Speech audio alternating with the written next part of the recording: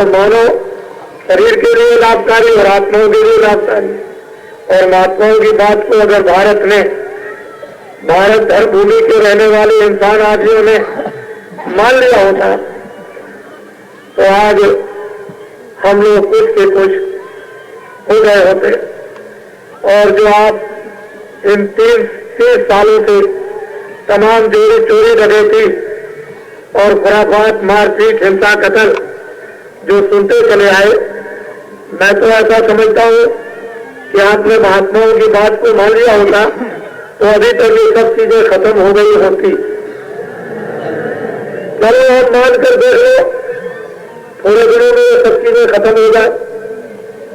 क्योंकि जब सब चीजें सबके पास हो जाएगी, क्यों चोरी मारेगा, क्यों चोरी करेगा, क्यों डकैती करेगा, क्योंकि सबके पास सब चीजें हो गई, फिर जरूरत उसको क्या है?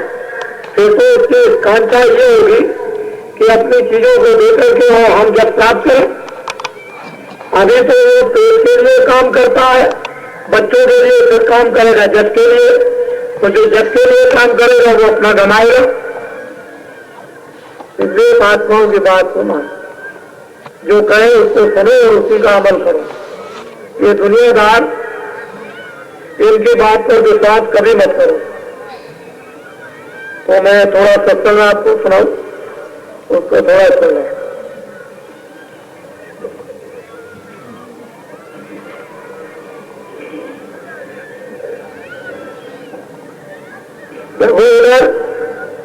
वो देखो पंडालों में भरे हुए हैं, सब सुनाई दे रहा सबको।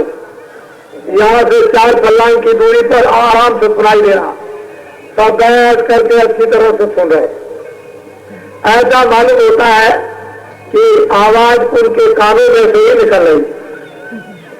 अब की बार इतना साफ सुनाई दे रहा सबको कि कोई भी कहीं बैठा और खड़ा रहे, जो कुछ भी सत्संग का कार्यक्रम हो रहा है सब सुनाई दे रहा। बोलो। वहाँ के जवैया फिर ना रे कहते बाप क्या भाई ऐसी आत्माओं, तुम मृत्यु में बहुत दिनों से रहती हो, यहाँ जलंती मरती हो, 84 नरकों में जाती हो, कितने युग और कल्प बीत गए, अभी तक तुम्हारा निपटारा छुटकारा नहीं हुआ। लेकिन मैं तुम्हें वहां का पता बताता हूँ कि जो वहां से वहां पहुंच गए और लौट करके कभी नहीं आए। मीरा गए लौट के नहीं आई, कबीर गए लौट के नहीं आए, तुलसीदास जी गए लौट के नहीं है, रविदास जी गए लौट के नहीं, और भी उनके भक्त जो गए लौट के नहीं आए। तो वहां के जवैया फिर न बावरे, फिर लौट करके नहीं आते। एक बार मेरे शरीर से आप पहुंच जाओ तो फिर नहीं आओगे। फिर तो अपने घर में पहुंच जाओ, क्योंकि ये तो घर आपका है, ये तो परदेश है। कैसोली वह देश वहाँ के भैया फिर वहाँ कैसा तेरा सुंदर पवित्र निर्मल आनंद का सुख का सागर देश है। वहाँ कोई कलेश नाम मात्र को भी नहीं है। जो जो उस देश में अपने घर में पहुंच गए फिर कभी लौट करके नहीं आए। तुम्हें तो ये काम करना था कि अपने घर की तलाश कर खोज में, मेरा घर कहाँ, मैं कहाँ से आया, किस रास्ते से आया, कहाँ जाऊंगा, ये दो चीजें तो आपको पता लगानी थी। कहाँ से आया, कहाँ जाऊंगा। अभी तो तुम आ गए मनुष्य शरीर में, पता ही नहीं कहाँ जाना। ये तो पूछना था कि मैं कौन हूँ, कहाँ से आया हूँ, कहाँ जाऊंगा। तो कोई महात्मा आपको बताते कि तुम ये हो, इस रास्ते से आए हो, इधर जाओगे, तो अब तुमको क्या करना है ये कर लो। ये तो तुम्हारा घर नहीं है, घर तो कहीं और है। वो सुख का है, आनंद का है, प्रेम का है। वहां जो जाता है लौट के कभी आता नहीं। तुम कहाँ यहाँ फंसे पड़े। प्रेम नगर के बाजार में हीरा मोती लाल रखाए। वो बाजार कहता है वो प्रेम का नगर है, प्रेम प्रेम बरसता है। जैसे बारिश होती है तो प्रेम बरसता रहता है, हमेशा हर क्षण मूसलाधार बारिश होती रहती है प्रेम की।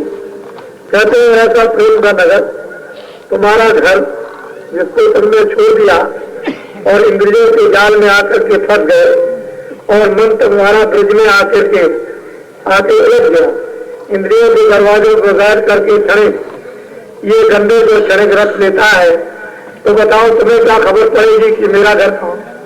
वो तो प्रेम नगर का समुद्र है, वहां तो वर्षा होती रहती है, वहां तो आलाद प्रेम सब रुए जीवात्माएं लेती रहती है, वहां रहने वाली यहाँ क्यों आएंगी, क्या जरूरत है? लेकिन वहां से जब आते हैं आपको ले जाने के लिए तो वहां की खबर बताते हैं कि तुम्हारा अरे अली है सूरत है जीवात्मा, तुम्हारा घर तो ऐसा है, तुम यहाँ क्या रोज रोते हो, रोज चिल्लाते हो, हाँ करते हो, बच्चा मर गया, बच्ची मर गई, पति मर गया, धन नष्ट हो गया, ये रात चला गया, पाठ चला गया, लूले हो गए, लंगड़े अंधे हो गए, बहरे हो गए, रात दिन चिल्लाते हो, यहाँ तुम्हारी कोई सुनता नहीं, वहां तो ये कुछ भी नहीं है, वहां तो ये तुम्हारा आनंद का घर है, चलो मैं तुमको लेने आया हूं, तुम चलो चलो। तब इनको ख्याल होता है जीवों को कि अरे भाई मैं तो कहाँ फंसा हुआ, बड़ी तकलीफ है, आप दया दृष्टि कर दे तो शरीर का भी थोड़ा सुख मिल जाए और हमारी आत्मा के ऊपर दया करें, उसको भी जगा दें तो मुझे अपना भी घर मिल जाए। तो दीन भी नहीं बिगाड़ते, दुनिया भी नहीं बिगाड़ते, इधर का भी काम करा देते हैं और उधर का भी करा देते हैं और गृहस्थ आश्रम के सभी कर्तव्यों को पूरा करा कर तो धीरे से इसमें से निकाल देते हैं। बोलो चतुर चतुर सोना करेंगे, मूर्ख फिर जाए वहाँ के भैया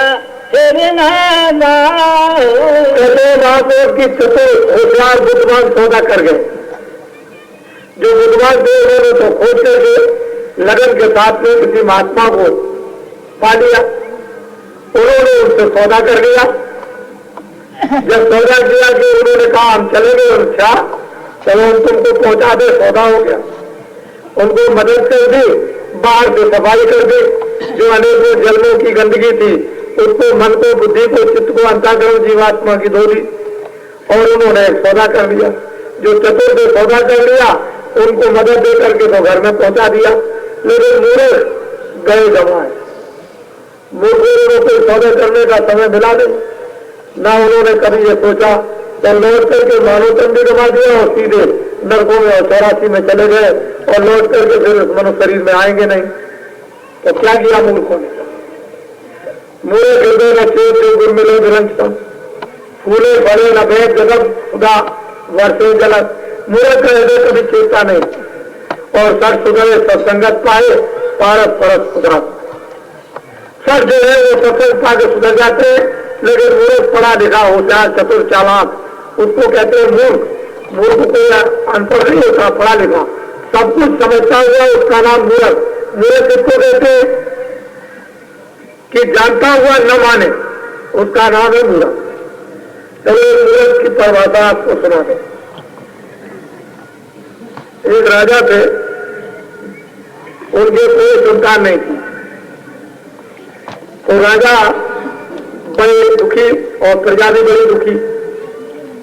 प्रजा कहे कि हमारा राजा बड़ा अच्छा है, कौन हमारा पालन पोषण करेगा?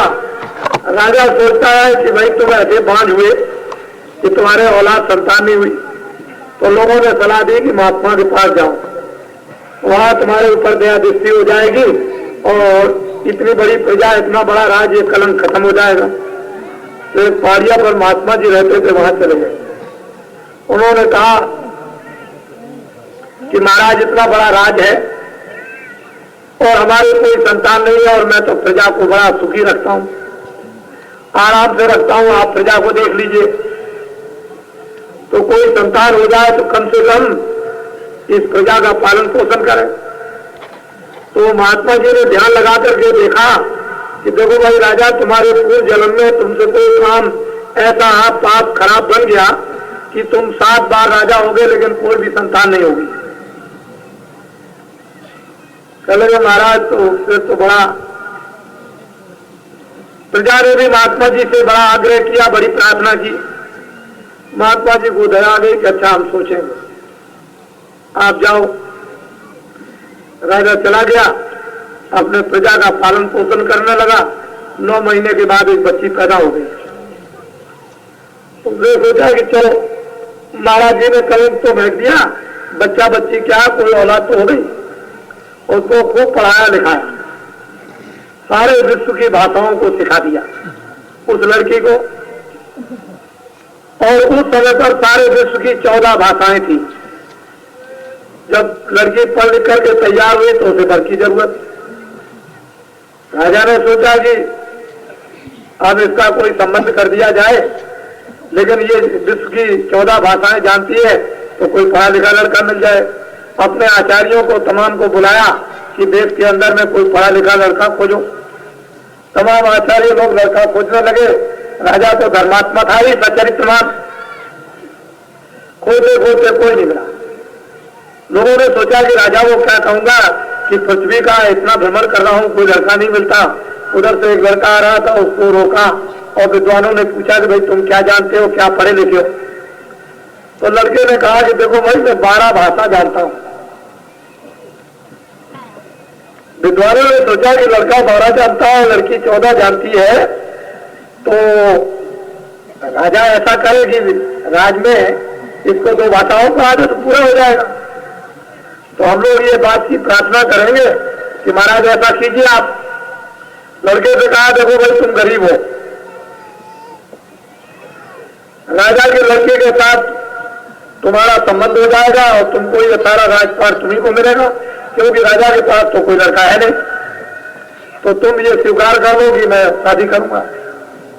उसने कहा ठीक है। ले गए उसको, राजा को समझाया कि महाराज हम ले आए 12 भाषा जानता, लड़की 14 जानती। आप 2 भाषा राज में रह करके पढ़ा दीजिए और लड़की के समान हो जाएगा। लड़की से कहा बेटी एक मैं बात ढूंढ करके लाया हूं। कहने लगे देखिए मेरे बारे में तो अभी कुछ सोचिए नहीं, मैं लड़के से खुद बात करूंगी। लड़के को खड़ा कर दिया। लड़की ने पूछा कि ये बताइए कि आप कितने पढ़े लिखे। कहने लगा मैं 12 भाषा जानता हूं। लड़के ने पूछा कि आप कितना पढ़ी लिखी है, कि मैं 14 जानता हूं। तो लड़की पूछती है उस लड़के से कि 12 भाषा तो आप जानते ही हैं, लेकिन वो 2 कौन सी है जो आप नहीं जानते? 2 भाषा कौन सी है जो आप नहीं जानते? 12 तो जानते ही हैं। तो लड़का बोलता है कि देखो भाई 12 भाषा तो मैं जानता हूं, लेकिन 2 भाषाएं ये है, उनमें से पहली भाषा ये कि मैं कुछ नहीं जानता,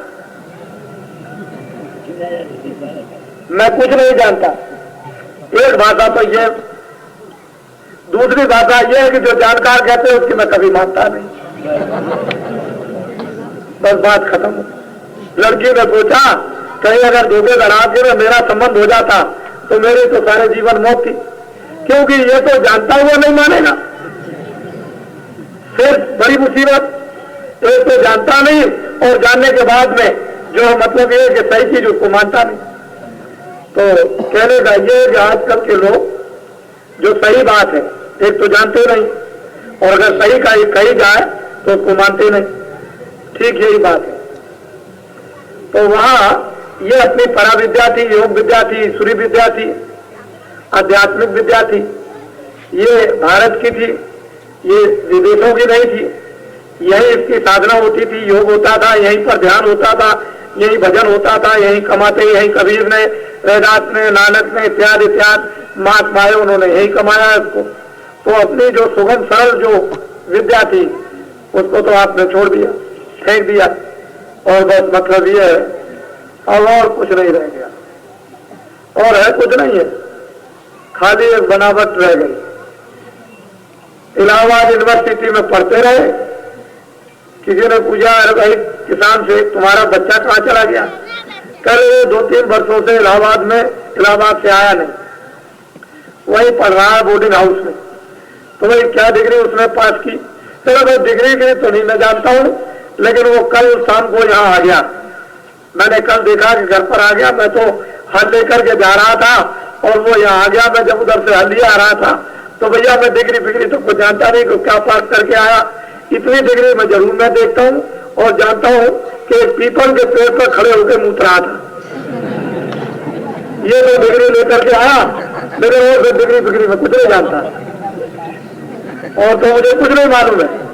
तो आजकल मतलब ये है कि ये दशा हो गई पढ़ने लिखने वालों की, चाहे माँ चली जाए, चाहे बहन चली जाए, चाहे बेटी चली जाए और चाहे कोई भी चला जाए, तो वो ऐसा पत्थरों खड़े खड़े थे पीपल मिल जाए, तो बरगद मिल जाए, तो दीवार मिल जाए, तो जमीन मिल जाए। ये डिग्री तो खास करके प्राप्त कर ली, बाकी और क्या है और क्या नहीं है। तो ये देखने भारत की जो अकल में बैठने उठने की कितनी स्वच्छ क्रिया और स्वच्छ ये शरीर निरोगी था, उसको हमने ऐसा अपने आप चारों तरफ से बीमारियां बुलाकर और फिर इतना रोगी इसको बना दिया कि अब समझे नहीं आप। घर गृहस्थी आश्रम में देवियों को कोई बात समझाई नहीं जाती, पुरुषों को कोई बात बताई नहीं जाती, फिर खान पान इतना बिगड़ गया है घर और बाहर का कि वो इनको याद कराया नहीं जाता। सारी चारों तरफ से बीमारियों ने एक हमला कर दिया, शरीर को जर्जर कर दिया और शरीर इतना पीड़ित है कि वो योग क्या कर सकता, ध्यान क्या कर सकता, भजन क्या कर सकता, महात्माओं के सत्संगों क्या सुन सकता है, बड़ा मुश्किल हो गया। तो धीरे धीरे धीरे धीरे धीरे धीरे जब वो चीज अपनी आ जाएगी तो योग विद्या के प्रकट होने में देर नहीं, योग आचार्यों के सामने आने में देर नहीं, योग ज्ञान सिखाने में देर नहीं, योग का साक्षात्कार कराने में देर नहीं, ईश्वर का दर्शन होने में देर नहीं लगती। लेकिन वो देर से जो है बीमारियां कैसे हो, तो जो वहां जाता है वो लौट करके आता नहीं। और मानो तन में मरने से पहले ही जब वहां जाओगे तभी काम बनेगा, मरने के बाद कौन जाता, मरने के बाद कौन जाएगा, मरने के बाद तो तत्काल उठा के फूंक दिए जाएंगे और वहां क्या देर लगती। जमुना जी का घाट तो कभी खाली रहता नहीं, कोई ना कोई रोज पहुंच ही जाता है, चाहे ब्याज से आ गया चाहे पैर से चला गया। जब उनके लिए ये मौत आ गई तो वो हमारे लिए भी पहले से खड़ी हुई है, तो हमारा 2 दिन के बाद नंबर आ जाएगा, उनका आज आ गया, बस फर्क इतना ही है। तो 2 दिन के नंबर आने को हम भूले बैठे, उसी को तो हमको याद करना है कि सामने हम उसका फन को टांग करके रखें और बीच के समय में अपना काम कर लें। गृहस्थाश्रम का भी काम हो जाए, ये भी व्यवस्था टूटे फूटे बिगड़े नहीं और अपना काम भी आत्मा के कल्याण का बन जाए, दोनों काम करना तो अच्छा है। हाँ बोलो। जोड़ी गए ना बाहुरे। और वो कहते हैं महापुरुष बड़े भाई सूरज एक प्रेमी भक्त जीवात्मा, अरे जो भी गए वो कभी बाहुरे नहीं, वो लौट करके कभी नहीं आए।